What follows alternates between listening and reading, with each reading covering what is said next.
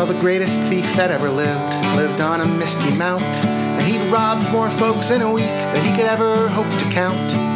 Once he performed a world-class robbery, earned himself the nickname Jake the Thief.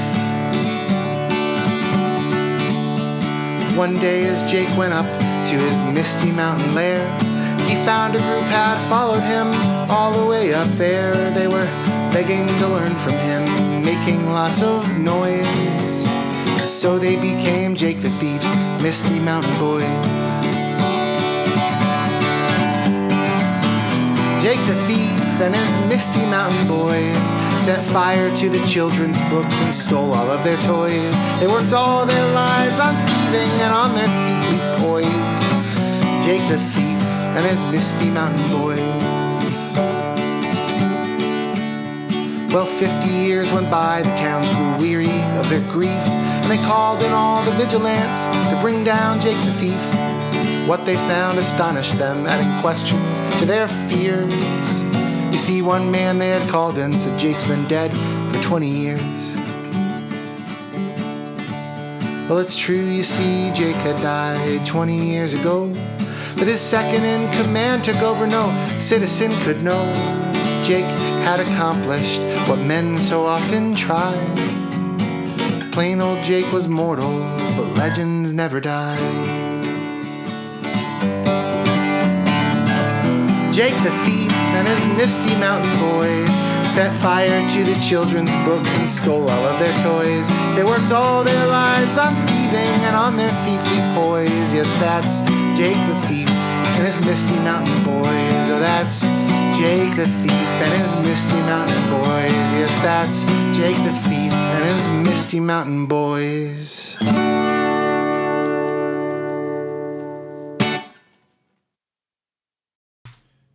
Hey, Christian Loftus here. Thanks for listening to that song, Jake the Thief, a song that I have not played in a long time and wrote an even longer time ago.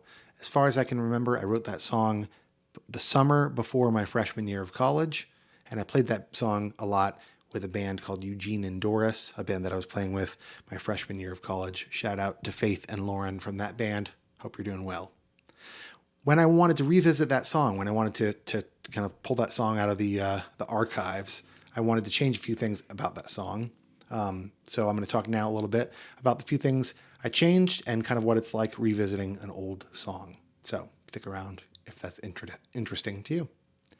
First thing I changed is I changed the tempo and the key. Two very obvious things to change. That song I used to play way higher than I do now, making myself sing way higher than I probably should. And I played that song a lot faster with Eugene and Doris back in the day. So I pulled the tempo down a little bit. It's still, a barn burner of a song, like it should move along, but I used to play a little too fast to get all the words out. So slowed it down a hair and pulled the key down significantly from G all the way to D to be able to sing it in a more comfortable range. So two obvious things to change first. When I first sit down and learn any song, even if it's one of my own, it's important to know, what key you're going to play in comfortably for your own voice and to pick a tempo to play at. So change those two things right off the bat. But after that, it gets a little more complicated because I knew I wanted to change the chords in the chorus. I used to play in the chorus basically the same chords as the verse, but with a slight minor kind of change. And minor as in like a minor chord, not as in like a small change, although it was a small change too. So I knew I wanted to change the chord progression in the chorus. I knew I wanted to kind of land on that 2 chord on the first chord of the chorus. I think that's a good kind of powerful chord to land on a chorus there.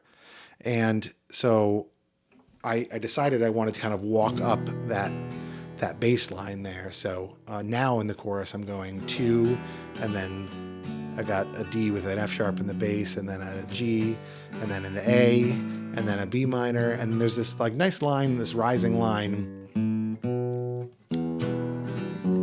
in the bass line, which, I mean, who doesn't like a nice rising line in the bass line?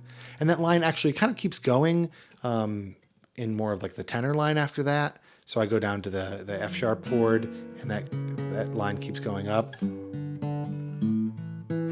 And so it kind of goes up the whole octave. And if I had a version with more instruments, then that would be something to kind of accentuate and bring out in another instrument. So nice rising line, always a good thing. And I wanted to bring that out there. So I changed the chorus chords. Because I changed the chords, I changed the melody a little bit too. Something a little more different than the verses, catching ears a little bit. And so hopefully that you enjoyed that newer chorus there. And the last thing I changed is I flipped a few chords around in the verse. I used to play it like the greatest thief that ever lived on a misty mount, and he'd rob more folks in a week than he could ever hope to count. Once he performed, here's the change, a world-class robbery, and I land on the 6th chord right there, which has some kind of resolution to it. But I wanted to keep the tension there at the end of the line on that held chord.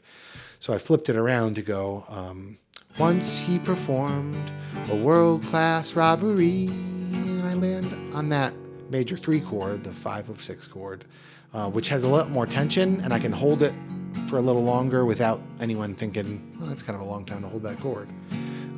Because it's got that tension in it too. And then I can land on the 6th chord after the last line of resolution right there.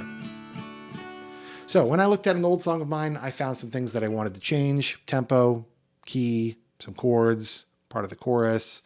And that's a fun thing to do. If you have an older song, if you're a songwriter and you have an older song, revisiting an older song and changing some things about it to make it something you enjoy is a fun activity. So have a great day.